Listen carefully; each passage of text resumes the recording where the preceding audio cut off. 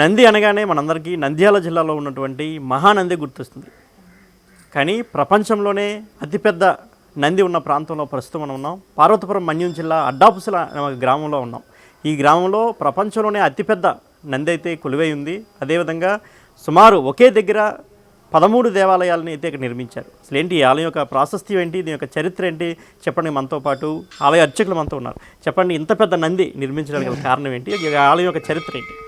నా పేరు శ్రీనివాస్ పడి, ఇక్కడ ఆలయ అర్చకునిగా దాదాపు మా వంశపారపరంగా పనిచేస్తున్నాను. ఇక్కడ స్వయంభూగా కాశీ విశ్వేశ్వరుడు శివలింగం అనేది వెలిసింది. అది ఎలాగంటే గరిబిదాస్ అనే మునీశ్వరుడు కాశీ నుండి స్వయంగా అతను ఒడిశా మీదుగా ప్రయాణించి ఇక్కడ శిష్యులతో పాటు వచ్చి ఇక్కడ బస చేశారు. బస అంటే రాత్రి పడుకున్నారు. పడుకుంటే ఆ రాత్రి శివుడు కళ్ళని కనిపించి, ఈ పక్కనే నేను వెలిసి ఉన్నాను, పక్కన వెనక్కి సొరంగ మార్గం కూడా ఉంది, తయారై ఉంది, నువ్వు నాకు అట్లా పూజలు చేయవంటే అతను వేకుజామని వెళ్ళి చూసేసరికి అక్కడ శివలింగం కనబడ్డది. ఆ వెనక్కి ఒక సొరంగ మార్గం కూడా కనబడ్డది.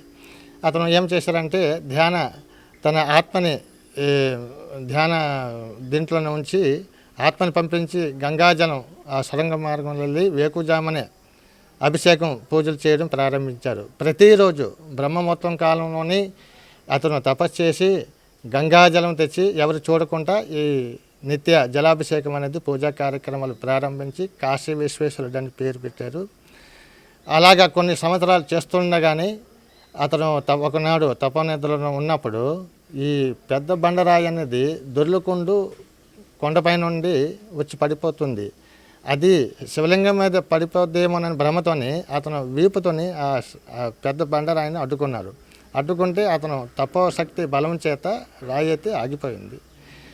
ఆగిన తర్వాత వెనక్కి ఒక భాగం వేడిపోయింది. ఈ రాయి అనేది ఇప్పటికీ కదలలేదు. అది అతని తపోశక్తి చేత అది రాయి అలాగే ఆగిపోయింది.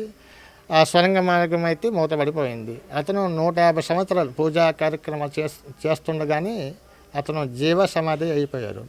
ఇలాగే అతనితో పాటు బ్రహ్మచారులు ఒక 7 ఒక పూజా కార్యక్రమాలు అయితే చేశారు. ఇది మాది 8వ దీంట్లోనే వంశంలోనే మేము మా పూజా కార్యక్రమం చేస్తుంటాము. వంశపారపరంగా ఒకరు బ్రహ్మచారిగా ఉంటూ ఈ పూజా కార్యక్రమం చేయాలని ఆనవాయితీ ఉంది. ఇక్కడ ఫస్ట్ గరిబిదాస్ బాబాజీ తర్వాత ఒక 7 మహంతులు అయ్యారు. ఇది 8వది. మా అన్నయ్య గారు, పెద్ద అన్నయ్య గారు బ్రహ్మచారిగా ఉంటూ పూజా కార్యక్రమం చేస్తూ అతను పరమం అందించారు.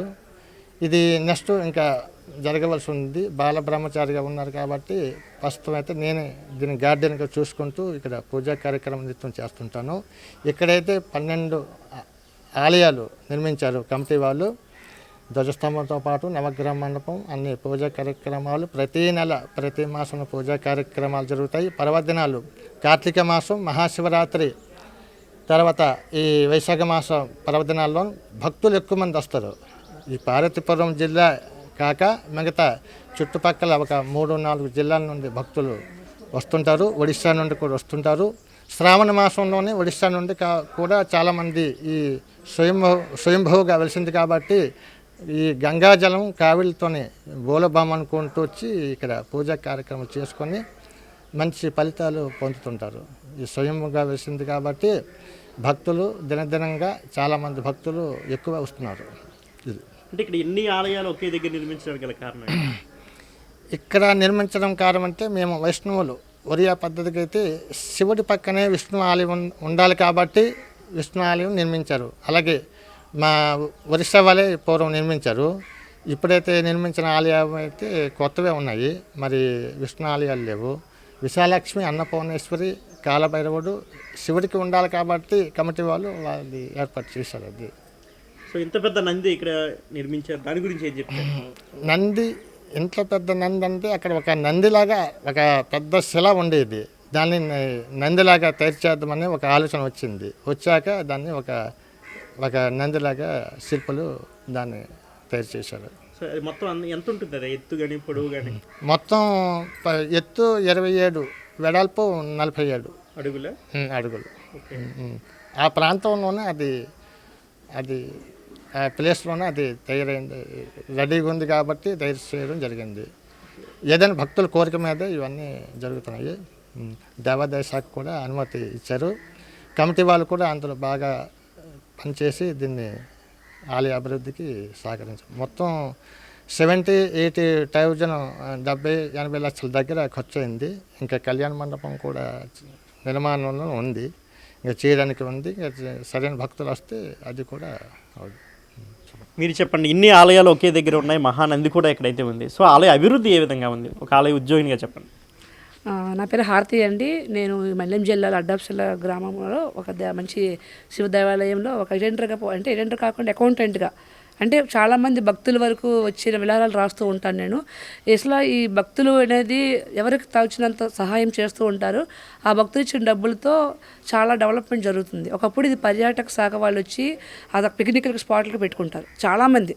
మేము కూడా చిన్నప్పుడు 10th 9th 7th ఆ టైంలో కూడా పిక్నిక్ స్పాట్కి వచ్చేవాళ్ళు. మా స్కూల్లో 15 రూపాయలు పెడితే బస్ తీసుకొచ్చేవారు. చిన్నప్పటి నుంచి కాడ చాలా, అంటే ఇది దాదాపుగా ఒక 500 సంవత్సరాల క్రితం కూడా అడవి ప్రాంతంలో ఒకప్పుడు స్వయంభూడు దేవుడు వెలిశాడు. అక్కడ నుంచి కాశీకి త్రోవ ఉండేదన్నమాట. అని వెండమే తప్ప మనం ఎప్పుడు చూడలేదు కాబట్టి అక్కడ చాలా ప్రసిద్ధి ఉంది. అసలు చాలా వరకు కూడా నమ్మకమైన దేవుడు, ఎంత ఏది కోరుకున్నా తక్షణమే తీరుస్తాడనమాట. ఇక్కడ చాలామంది వరకు భక్తులు వచ్చి ఎంత తోచిన బట్టి గుళ్ళన్నీ అప్పుడు డెవలప్మెంట్ ప్రజెంట్ ఏం లేదు, ఇది గవర్నమెంట్ అండర్లోకి వెళ్ళిపోయింది. కానీ డెవలప్మెంట్ అనేది ఆలయ పెద్దలు ధర్మకర్తలు వాళ్ళు తోచిన విలాసాలు ఇచ్చిన బట్టి కమిటీ అనమాట, ఒక 10 మంది మెంబర్స్ ఉంటారు, వాళ్ళకి తోచింది పెట్టి ఇదంతా డెవలప్మెంట్ చేస్తున్నారు. ఇంకా డెవలప్మెంట్ చేయవలసిన చాలా ఉంది. ఎందుకంటే చూసారు చుట్టుపక్కల కొంచెం కవర్ చేయండి సార్. ఇదంతా కూడా అడవి ప్రాంతంలో చాలా చెట్లు, ఎలం చెట్లు కానీ చింత చెట్లు కానీ పత్రి పువ్వులు కానీ చాలా ఉంటాయి. కానీ ఇక్కడ మనం కానీ ఇంకా కొంచెం దృష్టి పెట్టి భక్తులు ఇంకా విలాసాలు ఇస్తుంటే ఎంతో డెవలప్మెంట్ చేయడానికి అవకాశం ఉందండి. చాలా మహిమగల దేవుడు అనమాట. ఇక్కడ నేను వర్క్ చేస్తున్నందుకు చాలా హ్యాపీగా ఉంది. ఇక్కడ కమిటీ వాళ్ళు కూడా చాలా వరకు భక్తులే ఉంటారు. ఎటువంటి ఇది అంటే బయటకు వచ్చే ప్రాంతం కాకుండా ఎవరు వచ్చి బస్ వేసి భజన కార్యక్రమం పెడతారు. వాళ్ళు కొన్ని రోజులు ఉండి వెళ్తుంటారు. చాలా డెవలప్మెంట్ ఉంది, ఇంకా డెవలప్మెంట్ అయ్యింది, ఇంకా డెవలప్మెంట్ చేయవలసి ఉందన్నమాట. సో ఇది ఈ కాశీ విశ్వేశ్వర స్వామి దేవాలయం యొక్క ఆలయ చరిత్ర. అయితే స్వయంగా ఇక్కడ శివుడు వెలడం వల్ల భక్తులందరూ కూడా పెద్ద ఎత్తున వచ్చి ఇక్కడ పూజలు చేస్తుంటారు. అదేవిధంగా నందీశ్వరుడు రూపంలో ఆలయం ముందునే ఒక పెద్ద రాయి, అది సేమ్ నందిలాగే ఒక ఆకారం ఉండడం. సో భక్తులందరూ కూడా దాన్ని నమ్మి ఈ యొక్క ఇంత పెద్ద నందిని అయితే ఇక్కడ నిర్మించడం జరిగింది. ఆ యొక్క రాయినే ఒక నందిలా చెక్కడం జరిగిందని అయితే వీళ్ళు చెప్తున్నారు. కెమెరామెన్ హరీష్తో శివశంకర్, బిగ్ టీవీ, పార్వతీపురం మన్యం జిల్లా నుండి.